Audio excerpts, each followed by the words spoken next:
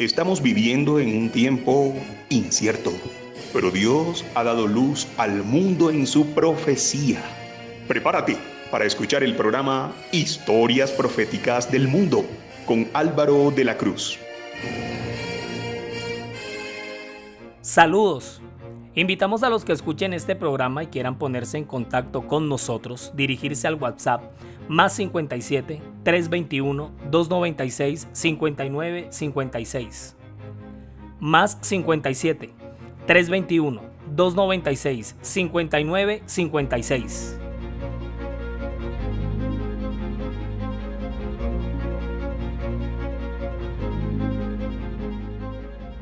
En esta ocasión, hacemos un emocionante viaje en el tiempo, hacia el pasado, y nos vamos a meter de cabeza en aquellos días en la que las tribus bárbaras asediaron al agónico Imperio Romano.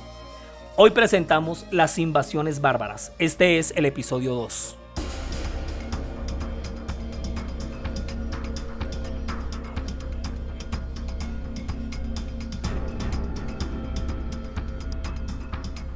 Desde los años que el libro de Daniel se escribió, ya la Biblia había predicho el orden sucesivo de los imperios mundiales, los cuales pasarían uno tras el otro en este planeta: Babilonia, Medo-Persia, Grecia y Roma. Eso lo podemos encontrar claramente en el capítulo 2 de Daniel, donde se registra aquel famoso sueño que tuvo el gran rey Nabucodonosor.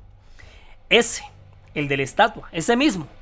Y que Daniel, el profeta judío, de una manera magistral y admirable, porque así fue, magistral y admirable, le interpretó hilito por hilito, dejándole claro que el Dios de los cielos ejerce en este universo una total y absoluta soberanía, dominio y eterno control de la historia. Vean, el joven Daniel expuso con total coherencia cómo es que sería la cosa con los reinos de este mundo, empezando por la Gran Babilonia, la cabeza de oro de la estatua, siguiendo con Medo-Persia, los pechos y brazos de plata de la estatua.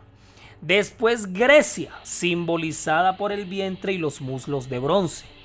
Y terminando con Roma, las dos piernas de hierro. Babilonia arrancó su periodo de dominio en el 605 a.C. hasta el 535, cuando los medo-persas le suceden, hasta el 331, cuando es el turno de los griegos. Pero la cosa se les acaba a los griegos cuando en el 168 es el Imperio Romano el que se apodera del control de mando en la historia, hasta el 476 después de Cristo, cuando se venga al suelo el imperio y se disuelva.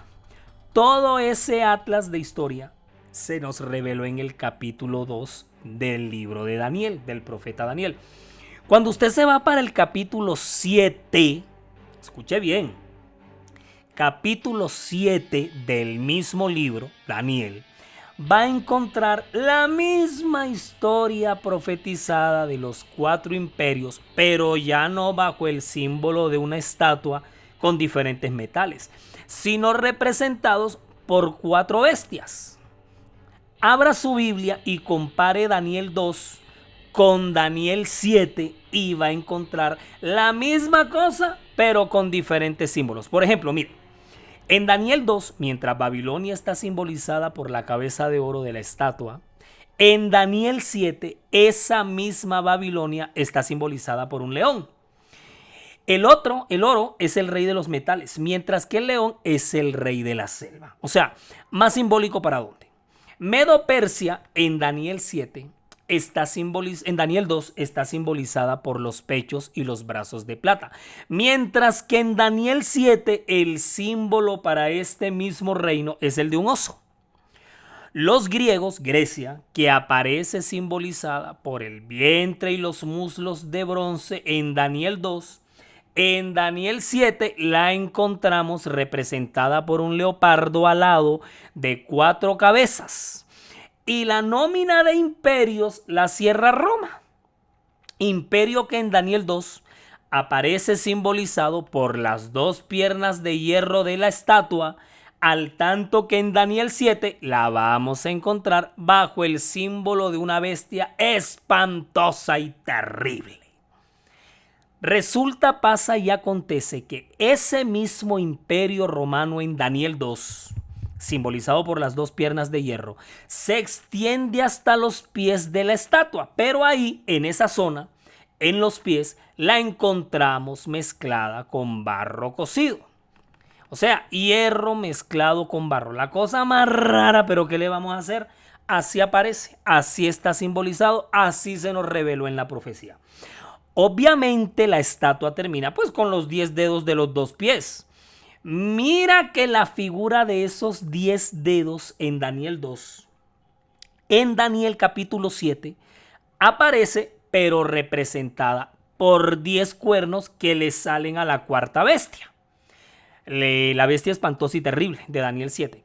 Y estos 10 cuernos están simbolizando a nada más y nada menos que a las 10 tribus bárbaras que emergieron luego que el Imperio Romano se nos resquebrajara definitivamente en el año 476 después de Cristo. ¿Cómo la vieron ahí? ¿Cómo les pareció esa? Ahí, ¿sí? Sí, señores. Los 10 dedos de la estatua de Daniel 2 y los 10 cuernos de la cuarta bestia espantosa y terrible en Daniel 7 están representando a las 10 tribus bárbaras que emergen. Oiga bien, 10 de las cantidades y cantidades de tribus bárbaras, ¿sí? Pero son 10 especialmente las que emergen una vez caído el imperio y que a su vez conformarán como una especie de confederación de reinos en la antigüedad que posteriormente darán origen a diferentes naciones en esa extensa y vasta geografía. Si están entendiendo ahí el trueque y la dinámica, esto es importante. O sea, nosotros estamos viendo en esta serie los 1260 años de persecución que protagonizó el sistema papal, porque fue el poder perseguidor, opresor, el dominante durante esos casi 13 siglos, 1260 años. Pero nosotros estamos viendo aquí primero la dinámica de la caída del Imperio Romano. Ajá, ¿y por qué? Porque resulta que de las cenizas del Imperio Romano es que va a surgir la Roma papal o la Roma religiosa, el sistema o la institución del papado. Por eso es que tenemos que ver cómo fueron las dinámicas de su caída para que nosotros veamos las dinámicas del surgimiento del sistema papal. ¿Listo? ¿Ok? ¿Todo en casa? Listo, todo claro. Sin embargo, estas 10 tribus y muchas otras, porque los bárbaros fueron muchos, repito, estas 10 tribus y muchísimas más, aunque en sus comienzos le hicieron la guerra al decadente imperio romano y al cristianismo romano, pues puesto que las tribus bárbaras profesaban el cristianismo arriano, en los siguientes siglos fueron convertidas a lo que ya podríamos llamar el catolicismo. ¿Listo? O el cristianismo romano, o el romanismo papal, o el catolicismo romano. Muy bien, ellas se van a anexionar a él. Y además van a ser añadidas al sistema papal, que en pocos años nos van a hacer aquí en este relato. Tras su resquebrajamiento, el imperio se subdivide en 10 tribus, que con el devenir de los siglos darán origen a las 10 naciones principales del antiguo mundo. Estas tribus abandonaron su fe arriana y abrazaron el cristianismo romano. ¿Ustedes quieren saber el nombre de cada una de estas 10 tribus bárbaras profetizadas? Eso se los vamos a decir en el próximo fragmento.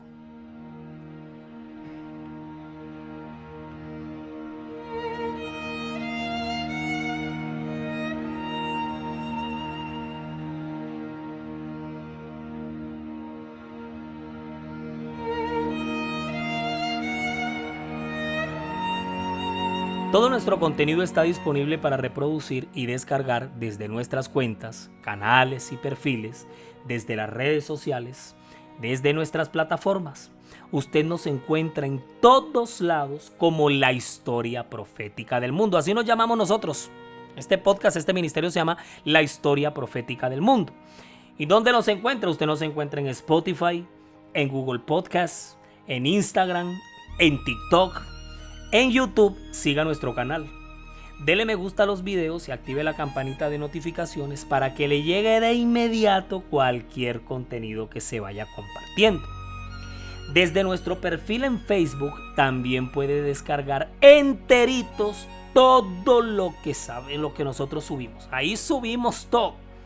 No dejen de asomarse por nuestras cuentas. Siempre estamos publicando contenido. Siempre. En las historias proféticas del mundo estamos presentando la serie sobre los 1260 años. Este es el episodio 2. Ya vamos por el capítulo número 2. Son 20, pero vamos por el número 2. Y esto que usted está escuchando en estos momentos es el fragmento 2 del episodio 2. Estamos viendo en esta ocasión las invasiones bárbaras. Y nos vamos ubicando ya en este relato a un par de siglos antes del año 476 después de Cristo. Ese año 476 después de Cristo es el año en el que el Imperio Romano de Occidente cae. Y es que la caída del Imperio Romano en la historia, pues marca mucho la historia, porque mira, tan importante fue el Imperio Romano en la historia del planeta Tierra, en la historia de la humanidad, en la historia de este mundo, que con la caída del Imperio Romano se acaba la etapa de la Edad Antigua. Ahí termina la Edad Antigua. ¿Cómo les parece? Entonces empieza la Edad Media. Muy bien. Tan importante fue esa caída que mira cómo marcó las secciones históricas en este mundo. La caída del Imperio Romano en la historia se da por diversos factores. Fueron muchas cosas. Factores que confluyeron en su inminente desaparición. Y ahí meta una lista larga de causas. Enfrentamientos religiosos, crisis migratorias, una mano de epidemias que se soltaron y generaron unos severos aprietos económicos. A eso súmele la inoperancia de muchos de sus líderes y administradores. O sea, como quien dice, así las cosas, el imperio se caía porque se caía. O sea, eso se veía venir. Y es que no había de otra. Las profecías bíblicas lo habían predicho. Nada que hacer. Si ya Dios lo había dispuesto en la historia, porque así iba a pasar. O sea, no hay imperio que dure la vida entera, que sea eterno. Pero si hubo una gota que rebasó la copa de toda esta turbulenta crónica de una muerte anunciada, fue el estallido que generó las invasiones de las tribus bárbaras, ¿okay? Que generaron. Esa fue la gota que rebosó la copa. O sea, con toda esta mano de crisis que estamos mencionando aquí, en la estocada final, o sea, el knockout, se lo van a dar las tribus bárbaras. Y la gran pregunta aquí es, que yo sé que muchos se la están haciendo, no me digan que no, algunos de ustedes. Ay, estos bárbaros, ¿qué? ¿De dónde salieron? ¿Quiénes fueron? ¿Qué tan fuertes y poderosos fueron en la historia al punto de darle el golpe de gracia al nada más y nada menos que el Imperio Romano? Pues resulta, pasa y acontece que los bárbaros fueron todos esos conjuntos de pueblos migratorios. Préstale atención de dónde fue que salió toda esta gente. Ese conjunto de pueblos migratorios invasores que surgieron por allá en las costas del sur de la península de Escandinavia y también de todas esas regiones del mar Báltico y del mar del norte. Eso fue un mundo de gente, les cuento. O sea, la gente del pueblo. Fueron muchos los pueblos bárbaros. Los bárbaros eran teutones. Los bárbaros eran godos. Tenemos bárbaros pictos. Uy, me acordé de Asterix y los pictos. Los bárbaros también eran sajones, germánicos, galos. Con los galos me volví a acordar de Asterix. Eran alamanes, burgundios, etcétera, etcétera, etcétera, etcétera. Un universo expandido de pueblos. La cosa más grande, caballero. Los normandos también fueron bárbaros. Ya ellos, desde el siglo III, venían asediando al imperio. Imagínense. Desde los años 200 venían dando lata alrededor del Imperio Romano. En los 330, que son los años en los que fue emperador Teodosio el Grande. Ahora, de Teodosio el Grande hablamos bastante en la serie del oscurantismo. Rebobine esa serie, rebobine nuestras series cuando quiera. Usted se las puede repetir cuantas veces usted quiera. Aquí tenemos un catálogo lindo con nuestras listas de reproducción. Bueno, resulta que al emperador Teodosio el Grande, a él también, al emperador Teodosio el Grande, le tocó librar horriblemente con sus tropas guerras contra todos ellos. Los bárbaros, por ejemplo, con los godos, que son bárbaros germánicos, de quienes se van a desprender más adelante los visigodos y los ostrogodos, dos de las tribus bárbaras profetizadas en Daniel 2, quienes van a tener mucho, pero muchísimo que ver, todo que ver con la caída del Imperio Romano de Occidente en el 476 después de Cristo. Caída, pues que ustedes saben que ya yo les dije y todos sabemos que estuvo profetizada por la Biblia. Bueno, muchas de estas tribus bárbaras se van a venir con toda, pero con toda. Oiga, y cuando les digo con toda es con la recontra toda, contra el Imperio Romano, que ya de por sí veniera pero llevado. Ya venía, era pero enfermo, bastante enfermo y enfermo de muerte, que no es lo mismo. O sea, el imperio para estos años ya venía moribundo. Y es que desde siglos antes, como ya les he estado mencionando aquí, estas tribus que habitaban en las fronteras del imperio crecieron admirando el esplendor de esta potencia. En ciertas guerras, oiga bien, de tipo diplomáticas, muchos de sus habitantes fueron tomados como cautivos. Muchos de los habitantes, muchos de los bárbaros fueron tomados cautivos en muchas guerras diplomáticas que tuvieron con Roma. Y a la vez, muchos de los habitantes bárbaros fueron vendidos como esclavos de Roma, la cual los utilizó como gladiadores en los circos y soldados auxiliares. ¿Cómo la ven ahí? O sea, había como una especie de herido orgullo, de un orgullo herido nacional, un orgullo nacional herido, es la cosa. Aquí me enredé. Mira que muchos de los bárbaros habían sido vendidos como esclavos a Roma y eran utilizados, ¿no? Como carne de cañón, como gladiadores, también como enfermos auxiliares. O sea, en algún momento llegaron a tener la connotación hasta de payasitos del imperio. Empezó entonces a nacer como una especie de orgullo herido, así como también la codicia de poseer lo que Roma tenía. Cuidado con los vecinos, ¿no? Pila con los vecinos.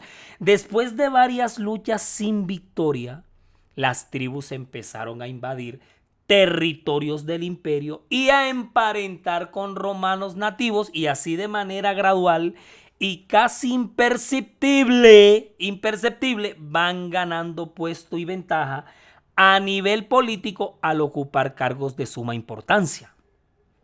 Esta nueva, entre comillas, raza aquí adquiere el nombre de cultura romana teutónica y se asentó más al oeste del mar Adriático y en el valle del Danubio.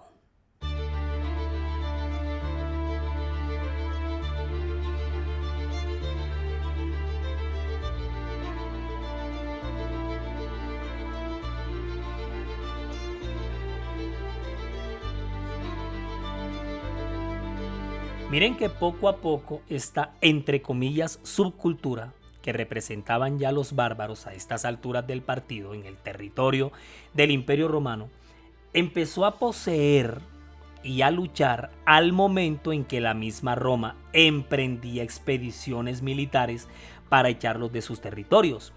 Provincias y ciudades fueron sitiadas, saqueadas y destruidas por los bárbaros, incluyendo a la misma Roma, incluyendo a la mismísima capital del imperio.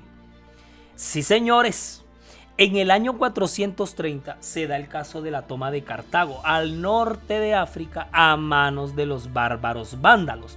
Si se fijan cómo estaba toda esta vuelta de fea con estos bárbaros en el imperio por estos tiempos, estos actos demostraban de manera contundente al mundo que el imperio ya carecía de gran vigor. Y es que ya para estos años los bárbaros se habían metido por todos lados. Escucha bien, por todos lados del imperio. Los vándalos arrianos entraron en España en el 409. Mire, España. Y las prósperas ciudades del norte de África en el año 430. Se fueron regando como pólvora, fueron invadiendo y se fueron apoderando. Estas ciudades que les estoy mencionando aquí, sobre todo las ciudades prósperas del norte de África, eran como unos tipos de centro de cultura del colonialismo romano. Mire, y esta gente va a incursionar ahí. ¿Cómo te parece? Los visigodos, cristianos arrianos también, por su parte, penetran Italia y saquean Roma en agosto del 410. Y posteriormente saquean a las Galias. Estamos hablando ya de la actual Francia, muchacho, y de nuestra actual madre patria, España. Los suevos ocuparon el rincón nordeste de la península ibérica, o sea, lo que conocemos como la actual Portugal, mientras que los vándalos burgundios se toman Suiza. ¿Cómo les parece? Lo que conocemos hoy como Suiza. Y el valle de Ródano en las Galias se la tomaron los burgundios también. Todas estas hazañas se encuentran registrados en la super obra épica El Cantar de los Nibelungos. ¿Usted escuchó hablar alguna vez de esa epopeya? El Cantar de los Nibelungos, el famoso cantar de gesta de origen germánico que se escribió alrededor del siglo XIII, cuando estábamos en plena Edad Media, les quiero decir.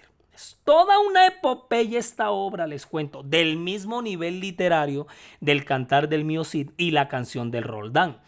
De pura literatura medieval les estoy hablando en este punto. De todo esto menciona uno cuando desilvana la profecía en la historia. ¡Qué cosa tan tenaz! Oiga. Resulta que los bárbaros alamanes se establecieron en la zona occidental de Alemania. Muy bien, ellos van a ser también alerranos o también van a ser conocidos como teutones. Al tanto que los francos se ocupan de las Galias. Los anglos y sajones, que también van a ser bárbaros, los bárbaros anglos, los bárbaros sajones, no, y a eso súmele también los bárbaros jutungos. Los jutungos, ellos se toman la Gran Bretaña y cimientan los fundamentos de la actual monarquía inglesa.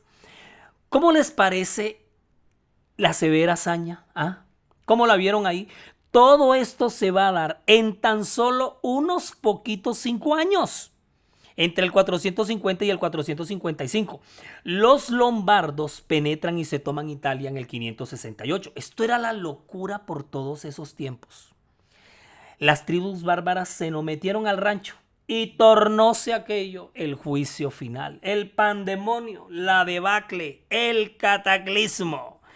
No, y cuando pensamos que ya lo habíamos visto todo con esta mano de invasiones por todos lados de los dominios de Roma, se vino lo impensable. El 23 de agosto del 476 después de Cristo, ¡oiga, no! ¿Quién lo iba a creer? Un bárbaro llega al trono del Imperio Romano de Occidente. ¿Qué cómo? Sí, señores. Un bárbaro se sienta en el trono del decadente imperio. Oiga, pero ¿cómo así? ¿Qué cómo así? Pues así como lo están escuchando, así mismito fue. Ajá, ¿y ese quién fue? Pues el bárbaro de los érulos, Odoacro. Así se llamó este hombre. El primer emperador romano de que proviene de los bárbaros y venía de los bárbaros érulos. Ahora resulta que Odoacro es quien depone al joven emperador de Roma, Rómulo Augustulo. Él lo depone de ese puesto a través de una terrible revolución. Ese es otro cuento aparte, pero que tiene que ver mucho con esto. De esta forma llega al trono de Roma un bárbaro. Y para colmo, vergüenza y humillación del mismísimo imperio, Odoacro era un bárbaro arriano, que no es lo mismo. Oiga, esto sí fue pero la tapa, les quiero decir. O sea, a cualquiera le hubieran dado 3 desmayos, 3 síncopes en el acto, ante tanta ignominia, chicos. Sin embargo, Odoacro, quien les repito, provenía de los bárbaros érulos, fue claro al expresar que él no quería un gobierno imperial, como lo manejaba Roma. Pilas, que aquí se viene dando la caída ya definitiva. Sí, como lo manejaba Roma desde sus orígenes como potencia. Por consiguiente, y de manera nominal, el emperador del Imperio Romano de Oriente, Constantinopla, entonces es el que va a ser de manera nominal como el emperador general. Pero Odoacro se enfrentaría a una terrible situación. Por un lado, el cristianismo arriano de Roma, que no aceptaba bajo ninguna circunstancia los postulados teológicos de la fe arriana, y por el otro, la invasión de los ostrogodos, que van a ser otra rama de los vándalos, otros bárbaros. La invasión de los bárbaros ostrogodos provenientes del este, quienes empezaron a invadir Italia bajo la mano de Teodorico, quien en menos de 20 años de incursión asesina a Odoacro, quedando toda la situación al mando de los ostrogodos. ¿Sí te das cuenta? Aquí queda Roma de Occidente, el Imperio Romano, al mando de los ostrogodos bárbaros, los cuales continuarán el conflicto político-religioso con el sistema clerical de Roma, cosa que vamos a seguir viendo en episodios más adelante. Sí, todo esto pasó así. Yo no le estoy echando aquí ninguna mentira. Ninguna calumnia, esto no es ningún chisme, ningún galón. No, señores, jamás. Vean, en la mitad de todo este fuego cruzado va a surgir una figura. Una señora figura, oiga, o sea, la figura. Se va a levantar un hombre, un señor personaje, que él, mientras contemplaba con sus propios ojos todo el inminente e inevitable resquebrajamiento que va a sufrir su adorado imperio romano a manos de todos estos carroñeros invasores que de manera implacable e imparable estaban haciendo añicos a su Roma del alma, este personaje que les estoy mencionando aquí va a sufrir como una especie de negación. Impávido, no va a aceptar en ninguna circunstancia que su Roma adorada y querida se le acaben estos vulgares invasores. Pero por nada del mundo, él sentía que por el poder y autoridad que todavía a estas alturas representaba, tenía que hacer algo y había que hacerlo rápido porque los bárbaros estaban en lo suyo. Y a este personaje, a esta figura, a esta especie de salvador de la crisis, lo llegamos a conocer en la historia profética del mundo como el general Justiniano. Ay, señores, apareció Justiniano y a este severo personaje estelar de esta serie es a quien vamos a ver en todo su esplendor en nuestro próximo capítulo, el número 3, el que sigue, el que viene. Y lo vamos a ver pero con toda le adelanto ahí, porque lo vamos a contemplar haciendo de todo para que del Imperio Romano quede algo, que no se extinga, que se recupere algo. Ahí vamos a ver qué fue lo que hizo y cómo fue que lo hizo. No se pierda el próximo capítulo porque esta serie cada vez se pone más buena. Resumimos y nos fuimos.